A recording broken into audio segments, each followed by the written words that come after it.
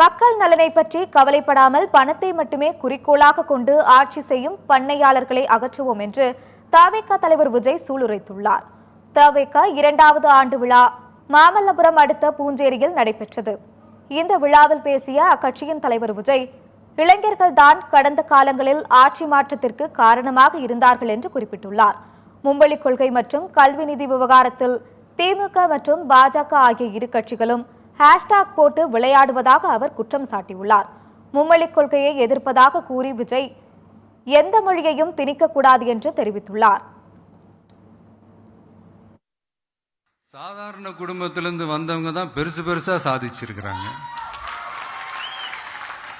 இன்னும் சொல்ல போனா நம்மளுடைய கட்சி எளிய மக்களுக்கான கட்சி தானே.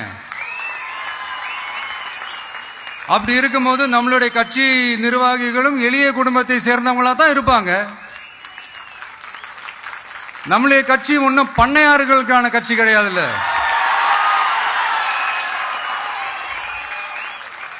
முன்னாடிலாம் அந்த காலத்துல பண்ணையாருங்க தான் பதவியில் இருப்பாங்க. இப்ப கொஞ்சம் உள்டா மாறிடுச்சு. பதவியில் இருக்கிறவங்களாம் பண்ணையாரா மாறிடுறாங்க. மக்களுடைய நலனை பத்தியோ, நாட்டோட நலனை பத்தியோ, வளர்ச்சிகளை பத்தியோ எதை பத்தியும் கவலைப்படாம பணம் பணம் பணம், எந்தெந்த வழிகள்ல எந்தெந்த ரூட்லலாம்.